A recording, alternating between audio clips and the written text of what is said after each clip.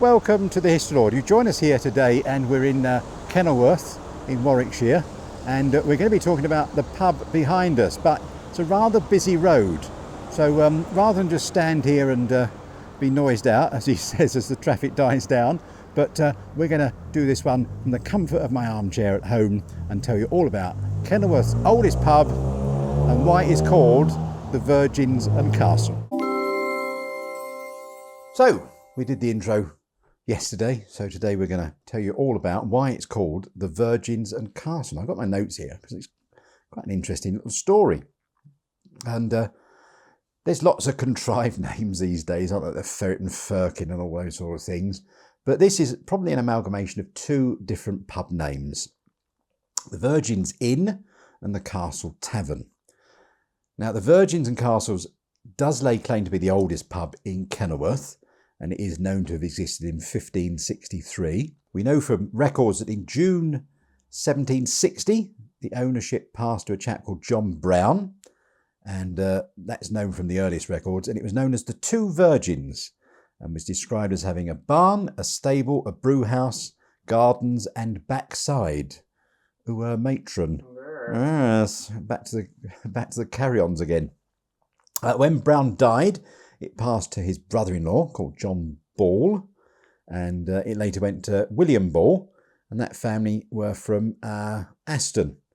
And I think it was early, where are my notes? Here we are. Early in 1825, the inn was in very poor condition, it says, and the whole of the premises were in ruinous state and for want of repair. And in the following month, Ball received £400 from his brother-in-law, but it's not clear whether that was for mortgage or repairs. By 1826, a chap called Abel Miles was the licensee, and we have record here that Boxing Day the same year he married a local Kenilworth lady called Sarah Lenton, and they married in St Philip's in Birmingham, which is now the cathedral in Birmingham. And this was, it seems to have been an expensive few months for Miles, because it's also said here he spent £290 on household furniture and brewing equipment. And when you consider that the average weekly wage was between sort of 10 shillings and £1, that's an extraordinary amount of money.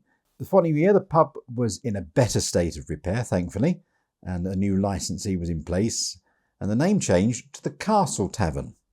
And it was in January 1831, ownership of the inn went from William Ball to Abel Miles officially. He had a fair degree of success there at the Castle Tavern, and he bought 5 nearby cottages, so he was doing rather well for himself at the time. But by 1850, his health was failing, and in September of 1851, he let the Castle Tavern on a 7-year lease to a chap called Thomas Pettifer, who was married to Abel's niece, Keren. Just 5 days later, Abel died at the age of 52.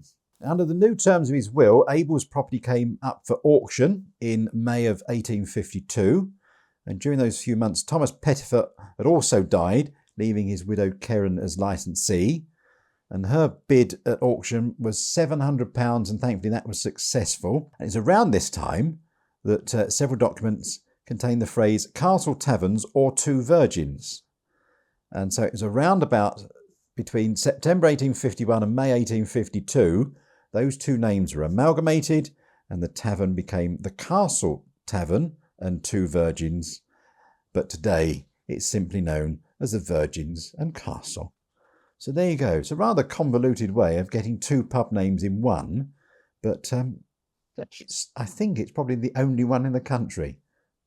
Tell me if I'm wrong, but there you go. That's it. That's the Virgins and Castle pub in Kenilworth, the oldest, that dates back to 1563.